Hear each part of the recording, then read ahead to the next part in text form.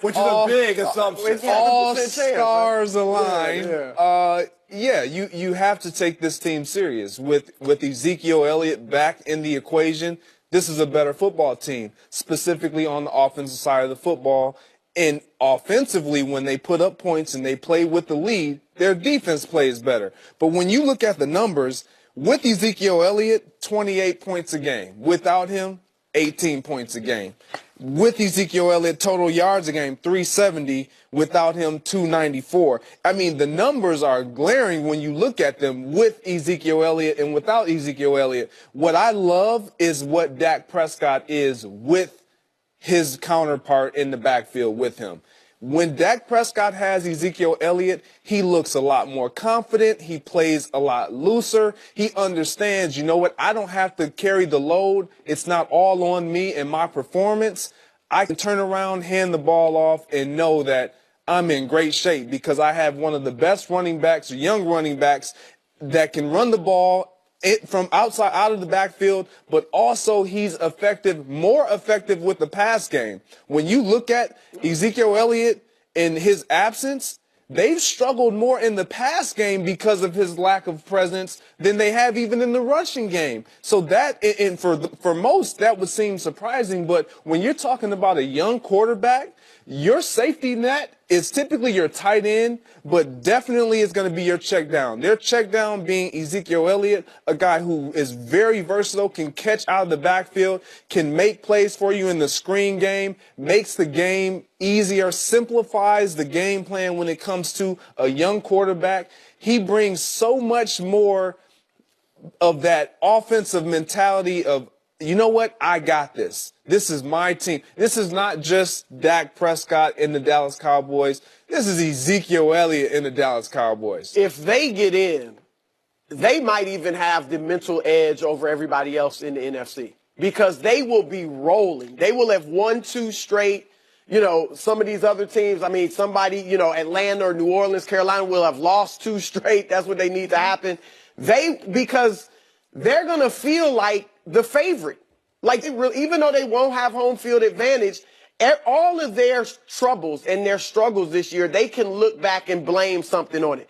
Oh, we lost because Ezekiel was going through all his issues. That was weighing on everybody's mind. Sean Lee was out. Since Sean Lee's been back at linebacker, they're 7-2. They will be able to say, look, we're whole now physically and mentally for the first time all year. We're the best team in the NFC. So they will be a very dangerous team if they get in the playoffs. There's no question. And to Dak, I think he's clearly better with Zeke, but he's going to be better now that he played 6 games without Zeke. You look at those first 3 games without him, he struggled mightily, was downright horrible. 5 interceptions, no TDs. The last 3, he was much better.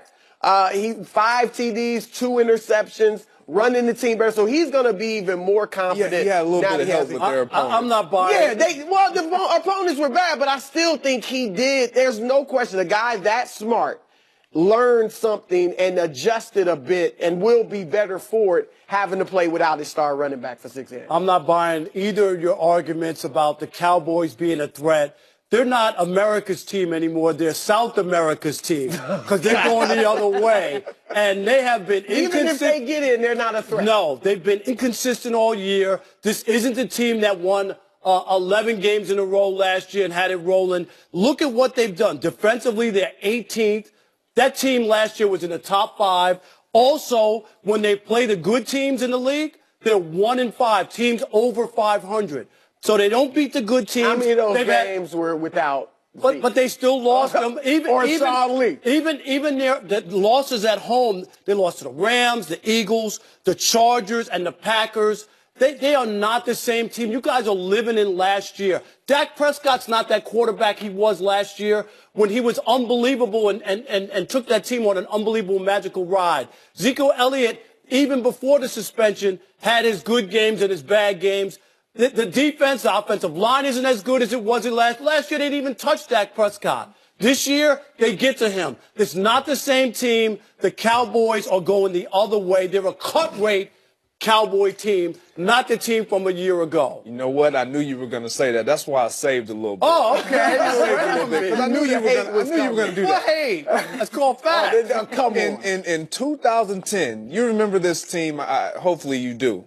It was a Green Bay Packer team. They end up winning the Super Bowl.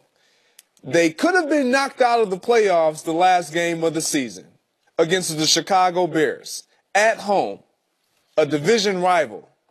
They got it done. Yeah. Found a way. Yeah. Ain't nobody on that team. Aaron Rodgers. Let me finish. They got it done. We went on the road the entire playoffs with the mentality that it's us against everybody else, and that's all that mattered. When you are looking at a team that should not get in, and they find a way to get in, meaning they have been playing in the playoffs for the last 4 weeks of the regular season, it is a lot easier for them to take their show on the road and to be effective together because they have been doing this. Their playoffs started far before everybody else's did. So they're playing with a different mentality. I'm just telling you, but they will have a different mindset. I would buy that if they had a better record against the better teams. When you get in the postseason, it doesn't matter anymore. There are no cupcakes laying around for you to win, and they can't beat the better team. Look at what they had hanging over their heads all season. Is Zeke playing? Is he not playing? And you want to act like he wasn't good before he went out with he was leading the league with 98 yards a game. But he wasn't. He struggled early, early, kind of in the middle. His last 4 games, he averaged 126 yards a game. He's going to be better now. You're telling me Dak Prescott is better this year than he was a year ago? No, but I think he can be as good. He wasn't.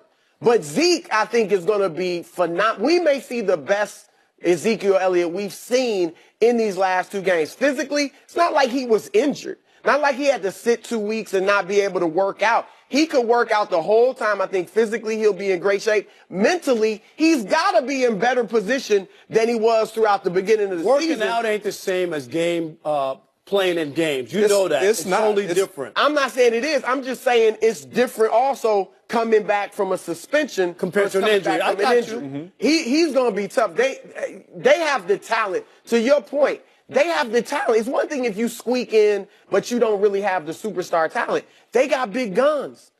They're going to be scary. They do. The only thing that concerns me about this Dallas Cowboy team, and again, we're saying all stars align, and there you go. You're coming around. Let me hear. No. I'm coming around. I'm a realist. Okay. Is their defense doesn't play well with them not having the lead. They have to have the lead, and that defense is a completely different defense from a year ago. I get numbers and statistics, but at the end of the day, man, I can throw that all out the way. You got to play the game, and the game is a new game every time you step on the field. So what we looked like last week and what we look like going into the playoffs, it's a clean slate for everyone.